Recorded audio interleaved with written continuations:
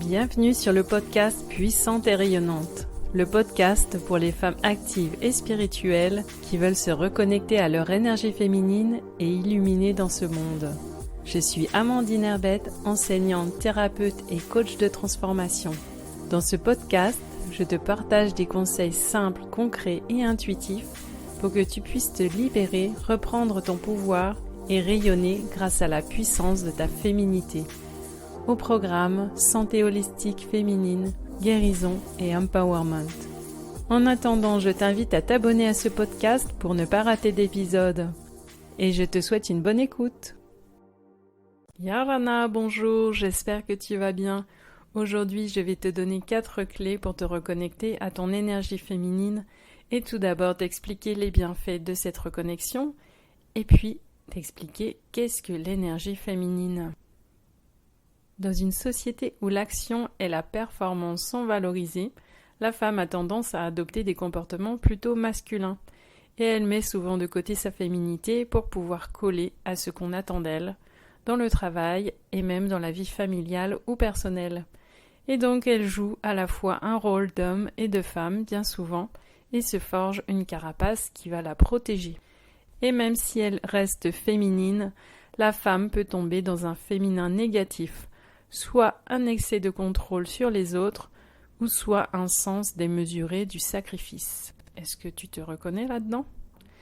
Et cela a pour conséquence de se déconnecter de son énergie féminine.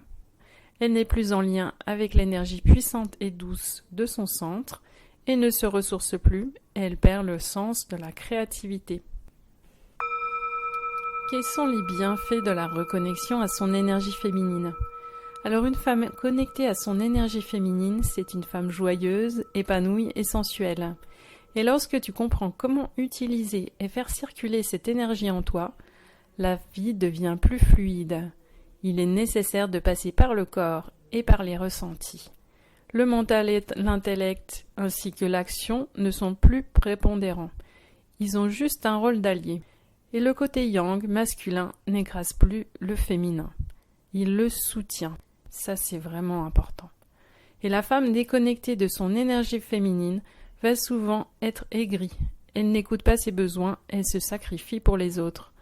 Il y a donc souvent un épuisement, une sexualité non épanouie, des tensions dans le bassin et les organes féminins.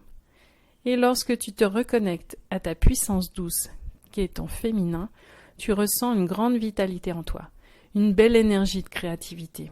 Tu prends soin de toi et tu respectes tes besoins. Tu as confiance en toi et tu mènes tes projets jusqu'au bout. Ton corps fonctionne de façon harmonieuse et tu arrives à te libérer facilement des tensions physiques et des symptômes. La femme doit d'abord nourrir son énergie féminine avant de pouvoir la partager, si elle le souhaite, au monde extérieur. L'énergie féminine, qu'est-ce que c'est? Quelle est son origine? Dans le Tao, l'énergie féminine est générée par les reins et les organes sexuels. Elle s'appelle le Jing et elle est stockée dans le centre de la femme situé dans le ventre sous le nombril. C'est le Hara. Cette énergie neutre est influencée par nos émotions actuelles ou passées. Lorsque l'énergie stagne, soit elle est bloquée ou soit en excès, il peut avoir des conséquences dans les organes féminins et dans l'organisme, au niveau physique, émotionnel ou énergétique. En effet, le Jing se transforme en énergie vitale, le Qi, pour nourrir nos organes. Le Yin, féminin, est représenté par le noir, l'eau, la nuit, la terre, la profondeur, l'obscurité, la lune, le ressenti, le froid, la lenteur, la relaxation, la douceur. Il est tourné vers l'intérieur. Chaque personne, homme ou femme, possède une énergie yin féminine et une énergie yang masculine, à des proportions différentes. Je te propose maintenant 4 clés pour te reconnecter à ton énergie féminine. La première clé, le cycle féminin, c'est ta force. Les moyens de contraception hormonaux empêchent souvent de se connecter pleinement à son cycle féminin, car il devient artificiel. Le cycle féminin est composé de 4 phases, avec chacune une énergie différente. La phase préovulatoire, c'est du jour 7 au jour 13, avec un grand dynamisme, de la créativité, La phase ovulatoire du jour 14 au jour 20, avec beaucoup d'empathie et tournée vers les autres. La phase prémenstruelle du jour 21 aux règles, avec des vagues émotionnelles et une capacité de résoudre les problèmes. Et la phase menstruelle du jour 1 au jour 6, avec un calme intérieur et du lâcher-prise. Savoir dans quelle phase du cycle tu te trouves, t'observer et noter tes ressentis physiques et émotionnels permet de te connaître en profondeur. Ainsi, tu peux adapter tes activités et tes compétences en fonction de l'énergie du moment. Tu transformes cette énergie féminine fluctuante en un atout et ainsi, tu arrêtes de t'épuiser. Génial, non? La deuxième clé, ton bassin et ton périnée, c'est ton temple. Avant d'avoir le projet d'enfanter, la femme ne connaît bien souvent pas son anatomie, ni l'anatomie de son bassin et de son périnée. Il peut même être un espace déserté qu'elle ignore totalement, que ça soit dans le ressenti de ses tissus ou de savoir comment ils fonctionnent. Le bassin, avec sa charpente osseuse, protège les organes féminins. C'est une structure solide et centrale du corps. Se sentir bien dans son bassin, c'est d'abord prendre conscience de celui-ci. Tu peux passer tes mains autour de tes os iliaques, d'abord sur les côtés, puis à l'arrière, en sentant comme des ailes de papillon, et à l'avant avec l'os du pubis. Y mettre de la conscience, c'est également renforcer cette barrière énergétique et poser des limites dans ta vie. Pour le périnée, je te propose de ressentir ces mouvements en posant une main dessous. Inspire en gonflant le ventre, puis les poumons, puis expire en rentrant le ventre et en dégonflant les poumons. Le périnée descend et remonte naturellement avec la respiration.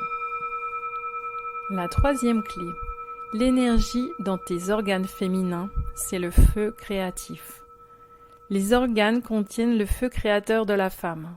C'est une force vitale pour la mise au monde de ses enfants et de ses projets. Le feu revitalise la matrice de la femme et apporte joie, réconfort, créativité et vivification. L'ovaire gauche apporte la créativité et l'inspiration, alors que l'ovaire droit est plutôt dans l'action et la projection. Lorsque l'énergie de tes ovaires est équilibrée, tu as de l'énergie à revendre pour toi-même et pour tes projets. Et tu es en lien avec tes visions, tu es centrée et créative. Si cette énergie est déséquilibrée, tu es épuisé, tu as du mal à agir ou tu rejettes ta féminité. L'utérus, quant à lui, contient la puissance féminine pour engendrer les créations. Il a un rôle de rétention avec la gestation et d'évacuation avec le lâcher-prise et la mise au monde. Lorsque cette énergie est équilibrée, tu as une vitalité interne. Tu réalises facilement tes projets et évacues les vieux schémas. Si l'énergie utérine n'est pas en équilibre, tu peux t'auto-saboter et renoncer à tes projets et ne pas écouter tes propres désirs. La quatrième clé, ta sensualité, c'est la nourriture de ton féminin. La femme a besoin de beauté, sensualité et créativité pour nourrir son corps et son esprit féminin. Le yin est douceur, grâce et harmonie par essence. Lorsqu'on parle de sensualité, ce n'est pas lié à l'image de la femme attirante dans la sexualité ou l'image de la femme dépeinte par les médias. La sensualité, c'est se relier à ses sens, mais aussi à ses émotions, ses ressentis intérieurs et même ses ressentis intuitifs. Pour développer cette sensualité en toi et t'y reconnecter, entoure-toi de beau, par l'image, le contact humain bienveillant, l'activité artistique par exemple. Développe tes sens en conscience en leur faisant plaisir. Une odeur agréable, un mets délicieux, une musique inspirante, un toucher doux, une image vivifiante. Écoute tes émotions. Mets ton corps en mouvement. Voici ce qui peut nourrir ton énergie féminine. Par exemple, prendre un bain, te faire masser, prendre soin de toi, faire une sieste, regarder un coucher de soleil, marcher dans la nature, danser, ressentir la douceur de l'eau, toucher ton corps, écouter ou jouer de la musique, peindre, sentir une fleur ou un parfum, goûter, faire du yin yoga, méditer ou rêver. Voici ce qui est le féminin. Je te redonne les 4 clés. La première clé, Ton cycle féminin, c'est ta force. La deuxième clé, ton bassin et ton périnée, c'est ton temple. La troisième clé, l'énergie dans tes organes féminins, c'est ton feu créatif. La quatrième clé, ta sensualité, c'est la nourriture de ton féminin. J'espère que tu as aimé ce podcast. Prends le temps de regarder dans ces 4 thématiques féminines où tu en es dans ta vie et ce que tu pourrais t'apporter à toi. En attendant, prends soin de toi. Merci d'avoir écouté l'épisode jusqu'au bout. Tu retrouveras toutes les ressources dont je t'ai parlé dans la description de ce podcast. Si tu veux aller plus loin, rejoins mon programme Vibrant Hine, un programme mensuel qui te permet de te sentir pleinement femme, libérer tes blessures et exprimer ta véritable essence féminine. Crois en ta valeur, en ta féminité et en ton pouvoir. Tu es une femme puissante et rayonnante. À bientôt, belle femme!